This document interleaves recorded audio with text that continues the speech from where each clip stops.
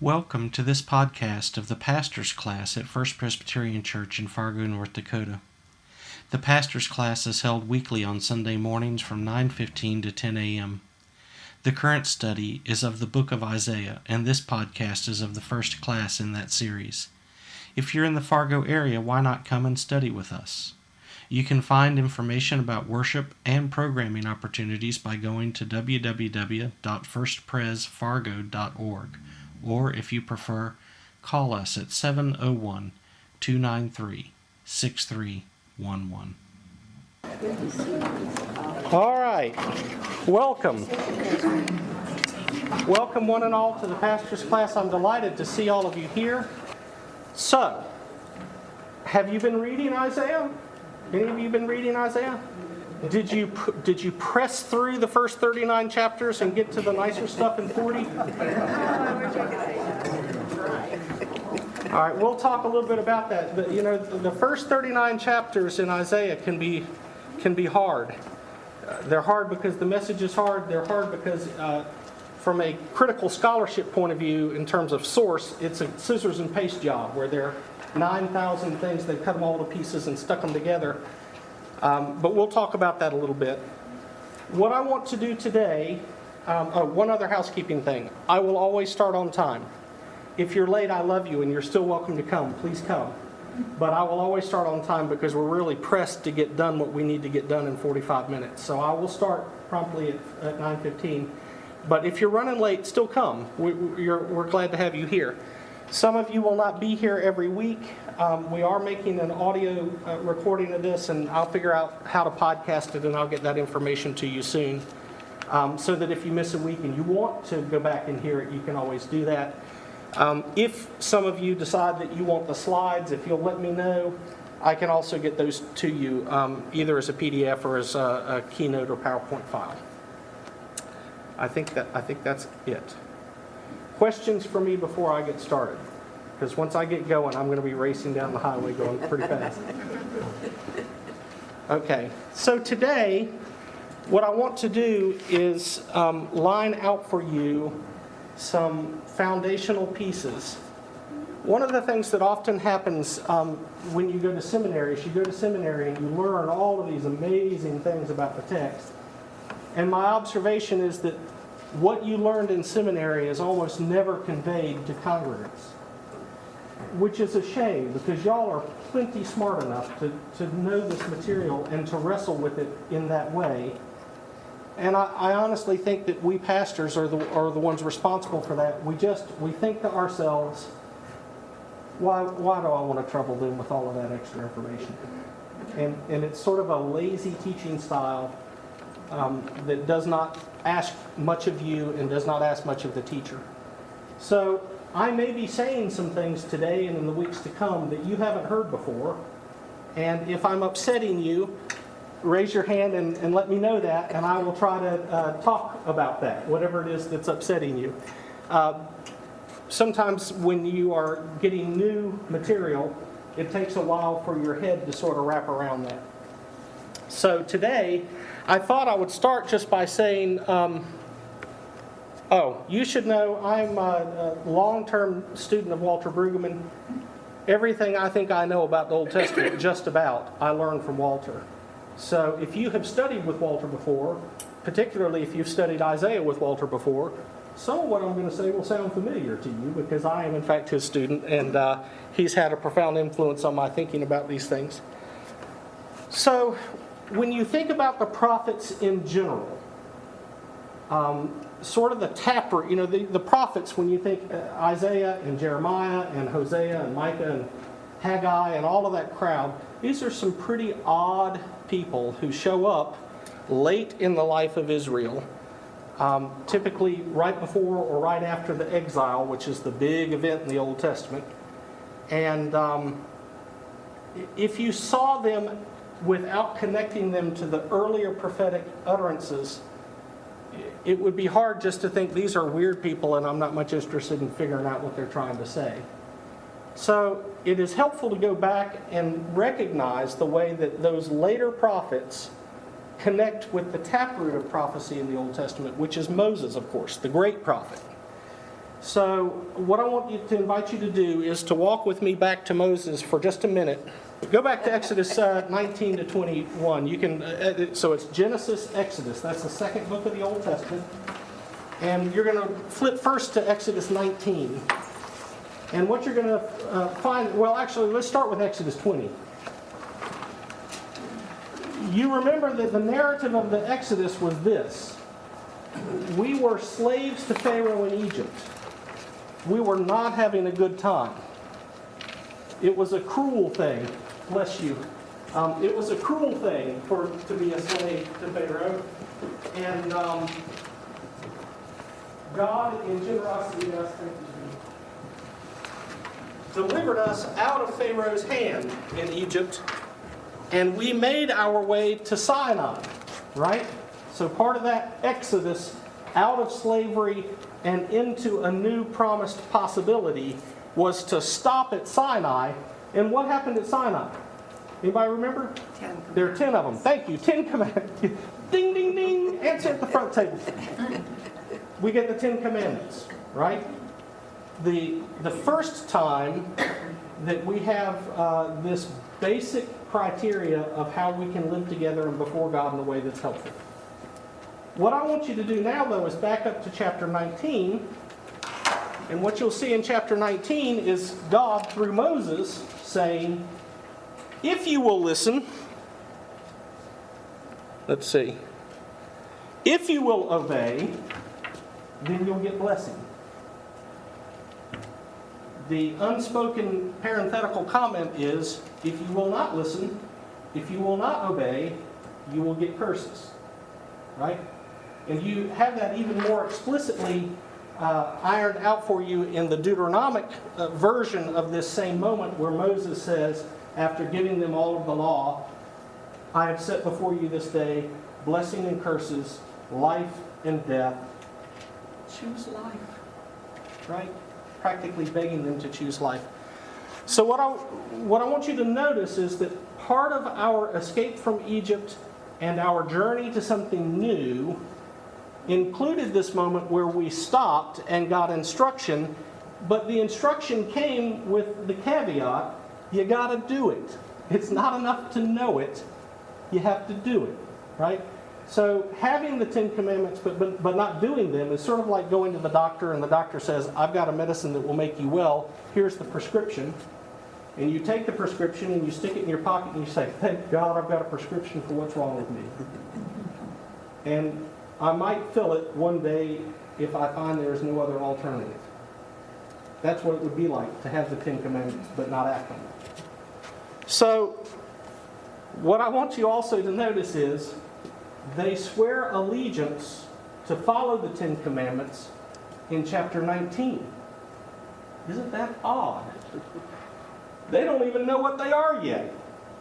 God says, I'm about to give you some good stuff, but you got to follow it. And they go, oh, we'll follow it. And then they get the 10 commandments. You have to wonder to yourself, why would you do that? I mean, no lawyer would let their client sign before they've read the document, right? What I suspect is true is that we had just escaped Pharaoh. And we knew what his commandments were. We knew how cruel, how endlessly problematic, how life-killing those commandments were.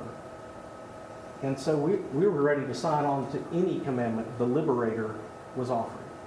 So just in case you don't remember, flip back to Exodus 5. You can see, we're going to read for a minute Pharaoh's commandments. You remember this from the story. So Moses goes to Pharaoh, this is verse 1, let my people go. And Pharaoh says, I don't know this God that you're talking about, that I should let them go. And Moses says, no, let us go into the wilderness that we might serve him.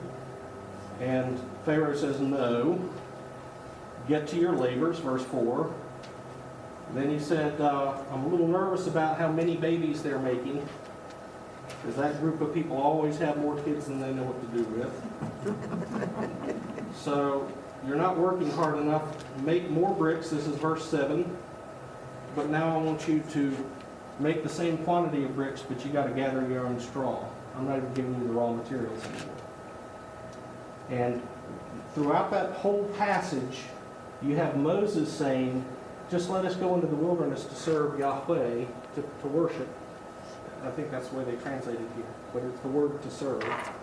And Pharaoh keeps demanding, no, you're going to serve me. So it's a contestation about who they will serve. And Pharaoh is about endless promises that if you will produce, I will love you. And then you produce and Pharaoh beats you anyway. And you say, wait a minute, I thought if I produced, you'd love me. And Pharaoh says, you're not producing enough. So the promise for the next day is if you'll produce more, I'll love you. And you produce more, and what does Pharaoh do? Pharaoh beats you. After a while, your therapist says to you, you think Pharaoh really wants to love you? Because it sounds like Pharaoh wants to beat you. And you go, oh. Now, we probably all have Pharaohs in our lives. Some might even argue that the culture as a whole sounds a lot like Pharaoh. You are as important and as valuable as what you can produce. And so we ought to wonder about that. Wonder about a view of reality that says, I will be happy if I can produce. Because it keeps promising that. But how often does it deliver? And you'll have to figure that out. But that is the narrative that we were trying to escape. A narrative that said, you've got to make more, do more, be my servant, and if you do that, I will love you. That our experience told us was not true. And so we fled that reality, that if I produce more and do more and conform more to Pharaoh's world, I'll be okay. And we were on our way to a new place.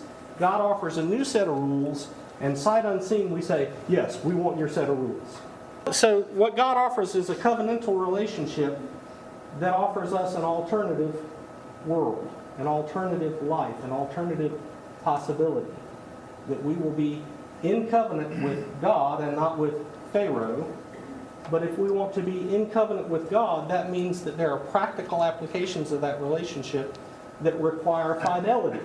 We've got to be faithful to that relationship with God. It has different demands. Thou shalt have no other gods before me. You may not take your neighbor's stuff. No killing. Right? The list of... Yes? Do they look at Pharaoh and as God as kind of on the same level in their minds at that time, do you think? Well, the Egyptians certainly thought Pharaoh was... Pharaoh thought Pharaoh was God.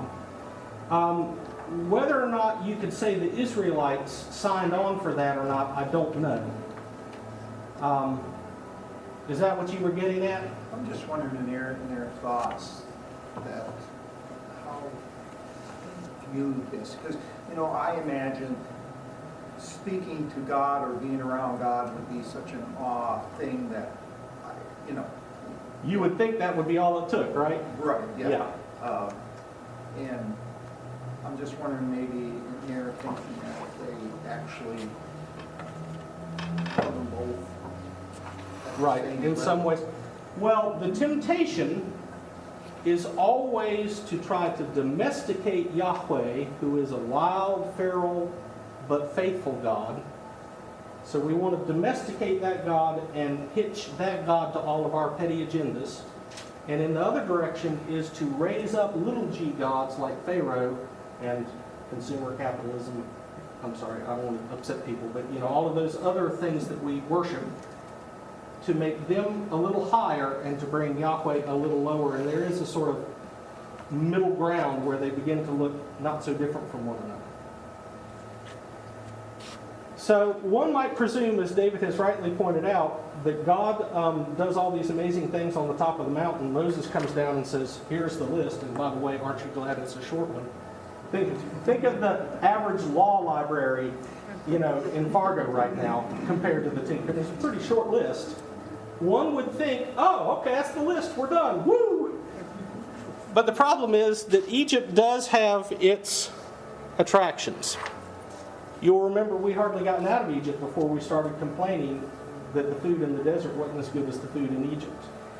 They had meat in their pots in Egypt, and now we're stuck being vegetarians out here in the desert, right?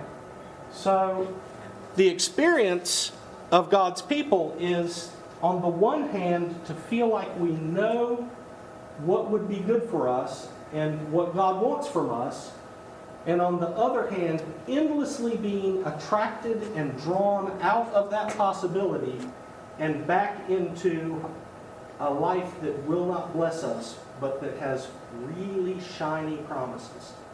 So where you see that happening most powerfully is that just 10 chapters later, we've got Moses once again on top of the mountain talking to God. While Moses and God are having a conversation up there, Aaron and the people are making God out of a commodity. I mean, you couldn't make this stuff up. It's too good, right? So the golden calf is a quite literal, physical sort of manifestation of the idea that we could make God out of something we fashion. And the thing about the golden calf is that it doesn't ask anything from them. It has no ifs, so it has no curses. But it doesn't have any blessings either. It promises blessings, but it doesn't have it. And so, as you will remember, y'all probably remember this story better than I do. God gets really upset, right? Y'all remember what God wants to do? God wants to kill them all. God says to Moses, look, I'm done with these people. Let's kill them all. And Moses is saying, wait, hold on just a minute. Turns out Moses loves the people of Israel more than God does at this moment, right? And every parent knows that feeling, where you better go deal with that son of mine because I'm ready to kill this guy. So Moses says, look, if you're not nice to him, if you kill him, I'm not going to represent you anymore. And then Moses says, look, if you kill him, what are the neighbors going to say? It's going to look bad on you. And Moses uses all of these great sort of manipulative things in this conversation with God and eventually talks God out of the slaughter. And Moses says to God, instead of killing them, let's see if we can remake this covenant. Let's take this fractured relationship and see if we can make it new. So Moses liturgically, on behalf of the people of Israel, confesses the sin of the golden calf, sort of bears on his shoulders their guilt, and they remake a new covenant. So what I want you to notice, all this is sort of background to Isaiah, but what I want you to notice is that this relationship with God turns out in the Old Testament to be a constant renegotiation of the covenant, where we make covenant with God, we do the best we can to keep it, but we find ourselves unable to keep it, and we break it, and then we have to remake it. Now, that's the biblical narrative. That's my narrative, friends. I know what God wants from me. This is not complicated stuff. Love my neighbor as I love myself. Love God more than anything else. You can say it in 2 sentences. And I just can't do it. I want to do it. I'd love to love my neighbors. Y'all are easy to love because y'all look like me and act like me and But there are other neighbors not like you that it's so hard for me to love them. And yet I know that that is the demand of the gospel. And so I'm constantly renegotiating with God. Can we start again? Right? And the biblical witness wants us to believe that God keeps saying, yes, let's start again. Let's do this one more time. Right? So what that happens is it becomes sort of a wash, rinse, repeat process where we are constantly making covenant, breaking covenant, having to remake covenant. If you are married, or actually if you're in any significant relationship with another human being, you know what I'm talking about. That's what it means to be in a relationship with a living person, right? So Sarah and I have been married 23 years. We still get up every morning and start the renegotiation. I love her. We have a lot of fun together. But that does not mean that everything is settled between us. We got to get up every morning and start over again, right? So, with that as a background, 400 or 500 years later, we find the people of God at a moment in time where Isaiah begins to wonder about these same questions of covenantal relationship with God. What does it mean that we have refused to live within that covenant? And how do we start over again? So, he's working these same questions of covenant made, covenant broken, covenant remade. How they sold out to the promises that God had given them. What that disobedience is going to mean in the life of Israel, or Judah in this case. And how they are going to begin again. All right, let me just stop there. Does that make sense to y'all?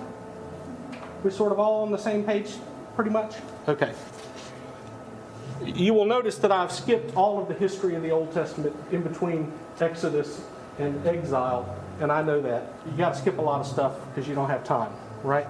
You should remember, though, you do always keep in mind that there are 3 big deals in the Hebrew Bible. The first one starts in Genesis 1. What would that be? Creation. Ding, ding, ding, ding, ding. Y'all are good. Creation. I'm dyslexic, so it won't be spelled right. Creation. The second is, we've just been talking about it, is the Exodus. Yes, the escape, which is remembered mostly as God's rescue, that God brings them up out of Egypt. But it has as an undercurrent the question of, will we be faithful to the one who rescued us? Then the big, final, huge crisis of the Old Testament is this, is exile. And that's what all the prophets cluster around that last one. Okay? Now, I wrote exile as a singular word. There are actually a bunch of exiles. The big exile, the huge crisis, was 587. And we'll get to that. So, let me just tell you, ignore this for a minute. You may know this already, or if you've got a study Bible, you'll find it in the notes. Isaiah, that's Isaiah in Hebrew, is made up of 2 words. The Yah over here is Yahweh. Okay, so this is God. And this is the verb Yasha. Yasha, Isaiah. Yasha is the verb to save. Isaiah means the God who saves. Saves us from what? Ourselves. Exile. Ourselves, Pharaoh, right? And you see this in other Old Testament names, Hosea, Isaiah. You get it in the New Testament with the birth of Jesus, Matthew 1:21, first chapter of Matthew. You're going to find the angel saying, you shall name him Yeshua, right? Which is, again, a play on God saves. Right? So, I got 15 minutes. Okay. It's going to be hard to do it 15 minutes. So, back in the 18th century, when scholars were looking at the sources for old documents, they were mostly about Aristotle and Plato and old Greek manuscripts that they had rediscovered. They began a process of wondering, how do you determine which is the most reliable source? Because they had a bunch of different copies. And that began a discipline called critical thinking about its source criticism or literary criticism. And by the 19th century, the lens of that conversation about how do we figure out who wrote this and what might that tell us about its meaning had been shifted off of sort of old text about philosophy, and particularly in Germany, shifted onto the biblical witness. The question was, how do we think critically about this text we have, and is there something we might learn if we wondered about where it came from? So, early Christians who had neither the benefit nor the problem of critical thinking about the text, just assumed that Moses wrote the Torah and that Isaiah, some guy named Isaiah, wrote Isaiah. And there is a certain comfort in that idea, even though both seem highly unlikely at this point.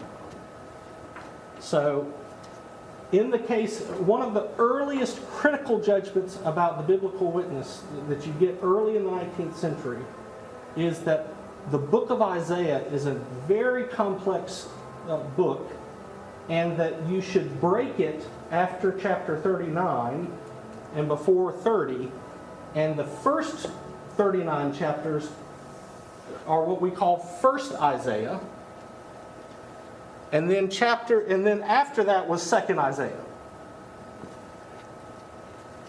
And I'll come back to each of these in a minute. Much later, 100 years later, in 1892, a second proposal was made that in that corpus we called Second Isaiah, we should break it again at after chapter 55, and 56 to 66 is Third Isaiah. And I'm not going to go into all of the reasons that they made the judgment that you had at least 3 authors, but that is the critical conclusion, right? Doesn't mean it's right. It just means this is what scholars were concluding. So let's go back to First Isaiah for a minute. First Isaiah, we believe, correlates. Do I have so those first 39 chapters correlate with 740 to 700 BCE. Are we all familiar with BCE? This is before the Common Era. We used to just call it before Christ, BC, but it's now BCE is the nomenclature that's used. We think we know that Isaiah, the first Isaiah, correlates with those years, because if you look at Isaiah chapter 1, first verse. The vision of Isaiah, son of Amoz, which he saw concerning Judah and Jerusalem in the days of Uzziah, Jotham, Ahaz, and Hezekiah. And we think we know, we got the history of those 4 kings pretty close. And so we use that little moniker that these are the words of the Lord that came to Isaiah during the reign of these 4 kings to give us those dates, 740 to 700. So, what we think we know, historically speaking, is that First Isaiah relates to this time period, that Second Isaiah comes 150 years later, during this time period, and that Third Isaiah really runs right on the back of Second Isaiah in this time period. Why do we think that? Let me see if I've got all right, so First Isaiah, the first 39 chapters, is completely preoccupied with the Assyrians. The Assyrians conquered all of the Levantine, the Middle East, and they were a very brutal, vicious conqueror. And the first 39 chapters of Isaiah are really preoccupied with the coming invasion of the Assyrians. Once you turn over to Second Isaiah, the conversation is no longer about the Assyrians, it's about Babylon. It's about what's going to happen when Babylon comes, which historically happened. The Assyrians were conquered by the Babylonians. Right? 150 years later, the Babylonians are the superpower that are in charge. And then when you get to those last 10 chapters, 56 to 66, the preoccupation is with the Persians, who, by the way, conquered the Babylonians. So, if you're able to use the text's preoccupation with those 3 superpowers to date those chapters in those moments in time, you end up with this chart. That you've got First Isaiah preoccupied with the Assyrians, Second Isaiah 150 years later with the Babylonians, and then Third Isaiah with the Persians. Now, 40 years ago, critical scholars would have asked you and me to read each of those as if they were a separate book. Right? You had First Isaiah, it's sort of a book, and Second Isaiah, which is sort of a book. By the way, Second Isaiah is the Isaiah that y'all all know. Because Second Isaiah is where Handel got all of the text for Handel's Messiah. Well, 90% of them come out of Second Isaiah. Okay? So that the Isaiah that most of us think we know is Second Isaiah, and that's a much nicer Isaiah than First Isaiah. Okay?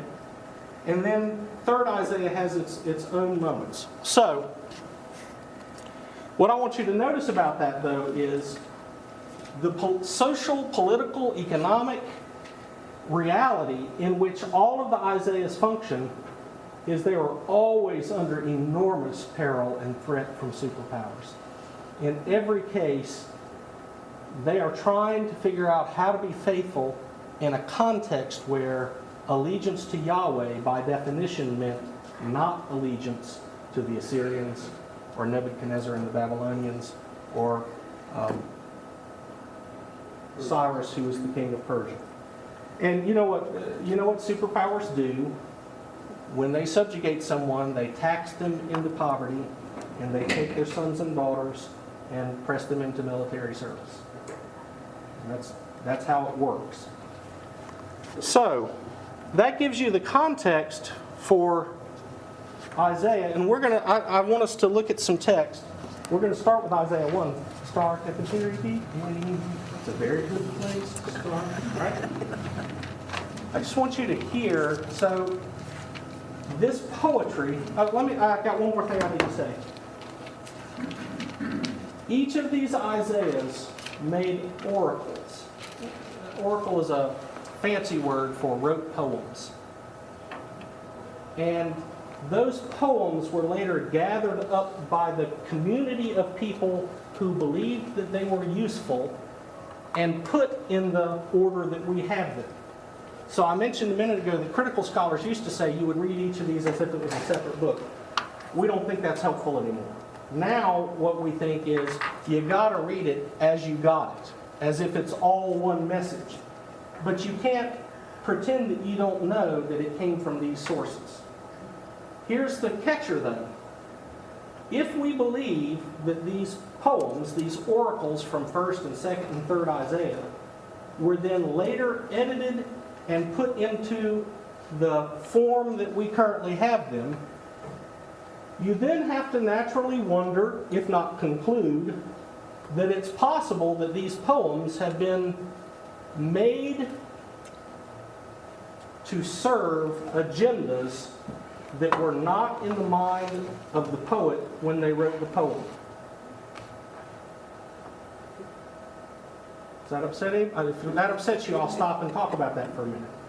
Okay, because once you say that, if you are of the opinion that the only person who could have been inspired by God was the first Isaiah, and everybody else is somehow a pretender or goofing with something that was inspired, it's very problematic to think that there were other people that came along and monkeyed with the text before we got it.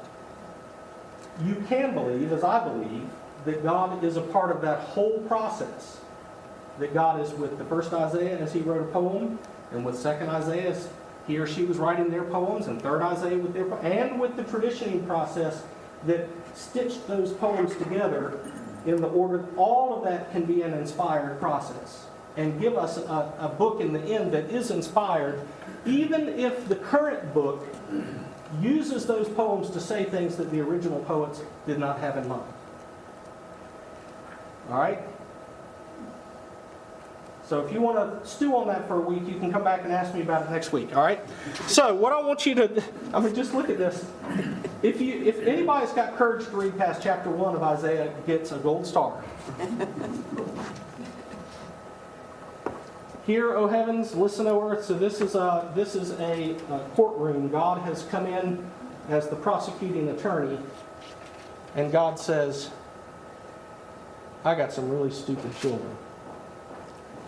The ox knows its owner, the donkey knows its master's crib, but my people don't know me. They do not understand anything. Sarah's father used to take a donkey, a mule, to school every day. And he said getting the mule to school, he had to beat the mule all the way to school. The minute he got on that mule coming home from school in the afternoon, the mule knew there's food at the other end of this run. And he said you could hardly stay on the mule. It ran back to the barn, right? Even a mule knows who's feeding it.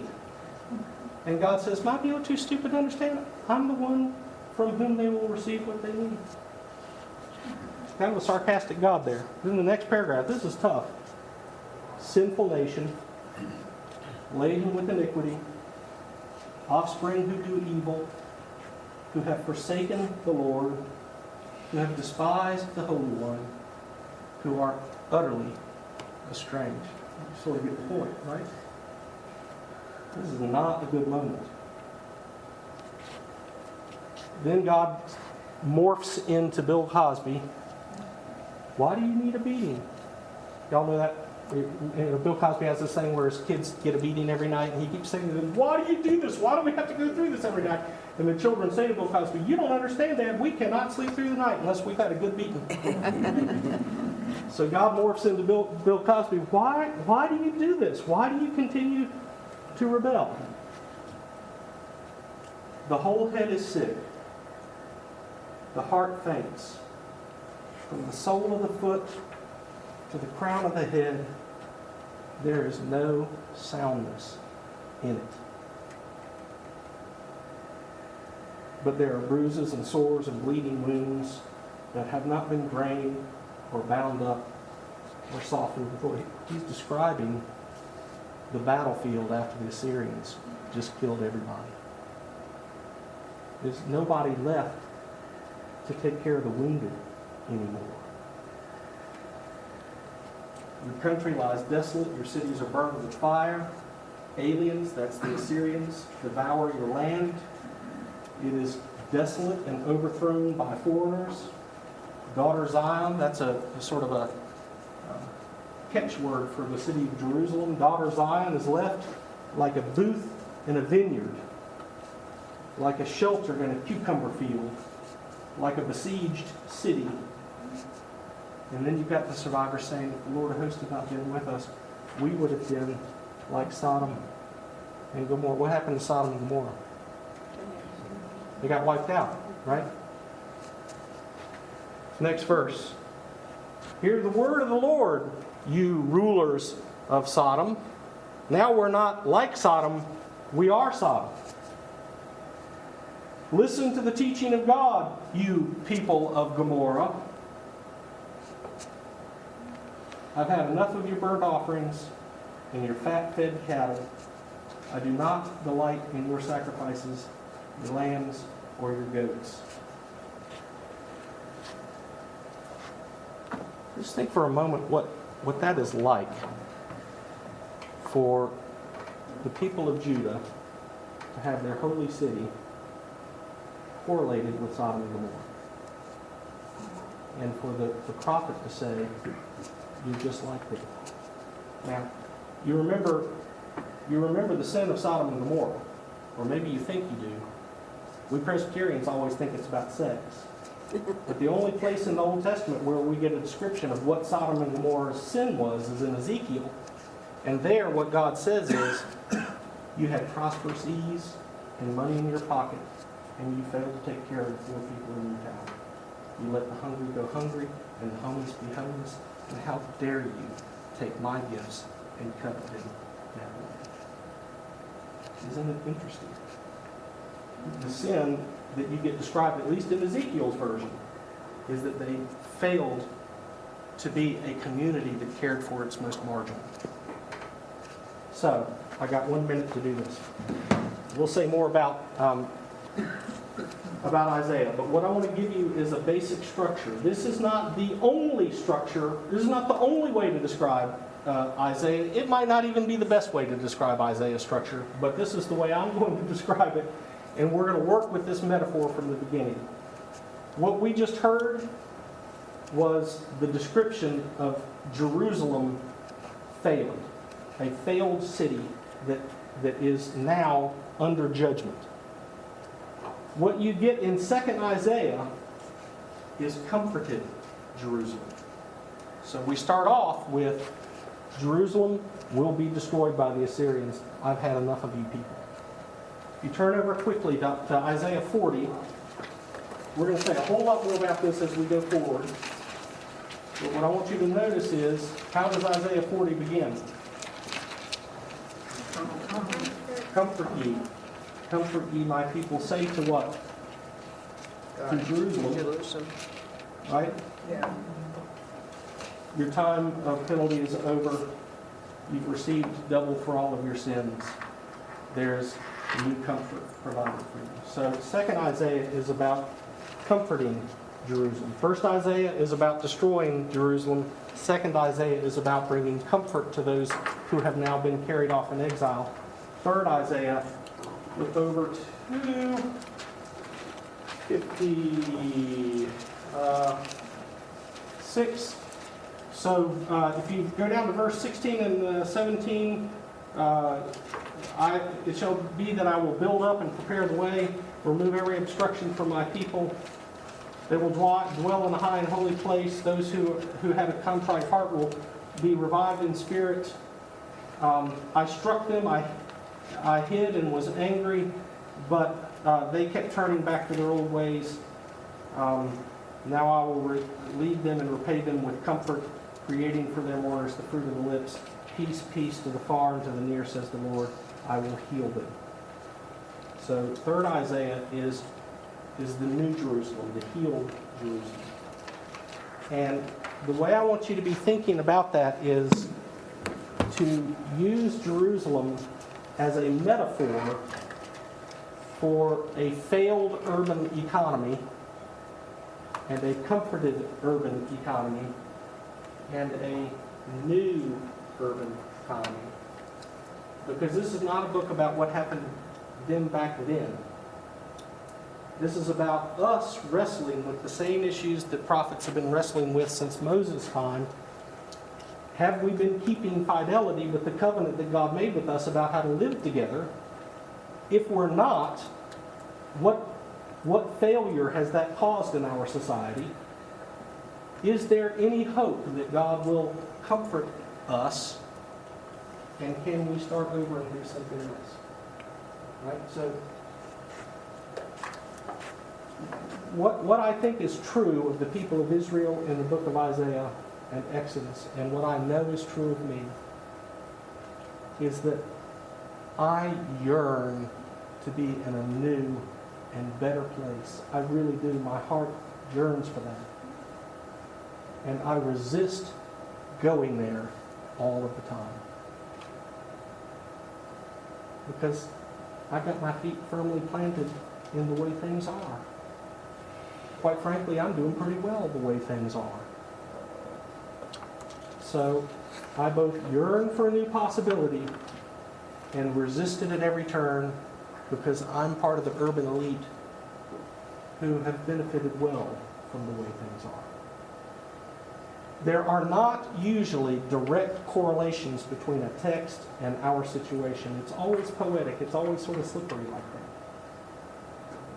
But the poetry is meant to break us open and to beg us to ask some hard questions about who we are and what we're doing and what we'd like to do next.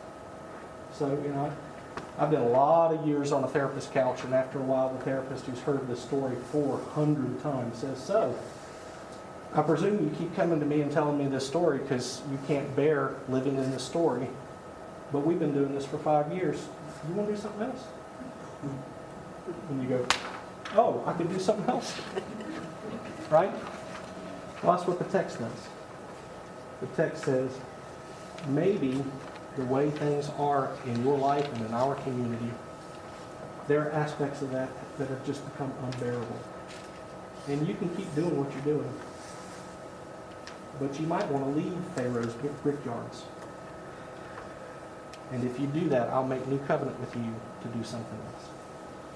So, homework assignment for this week.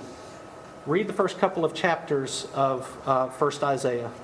You don't need to go too far because it's hard. We will keep working our way through all of the text. So we'll hit a lot of chapters. I'm just not going to go chapter 1, 2, 3, 4, 5. That's too tedious and you won't have any fun.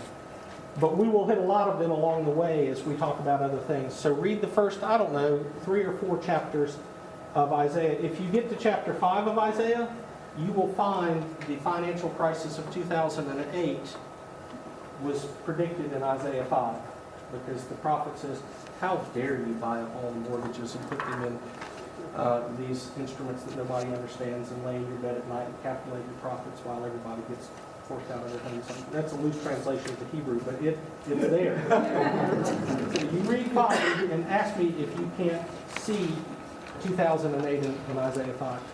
So read the first couple of chapters of Isaiah 1, then skip over and as a gift to you, read the first several chapters in 2nd Isaiah, Isaiah 40 to say 42 or 3. And then if you want to, flip over to 3rd Isaiah, starting with chapter 56, read a bit. What I want to do is to get you oriented in those 3 modes that are in the prophetic literature. And then we'll be working themes in all 3 of them for the next 5 times. All right, we're out of time. Questions or comments? All right. If I've rocked your world and upset you, call me. We'll go to coffee and we'll talk about it. Okay? And let's close in prayer. Lord, we are mindful of all of your mothers and fathers of faith who down through the millennia have loved you enough and trusted you enough to leave what was unhelpful behind and wander out in search of a new beginning with you. And we are aware of all of the ways and times that they failed and suffered the consequences of that failure. And in an honest moment, we see how our lives too are a part of that ongoing journey. So be with us today and this week. Send your Spirit to correct us and to comfort us and to help us see a new potential. We ask it in the name of the Father, and of the Son, and of the Holy Spirit. Amen. God be with. Thanks.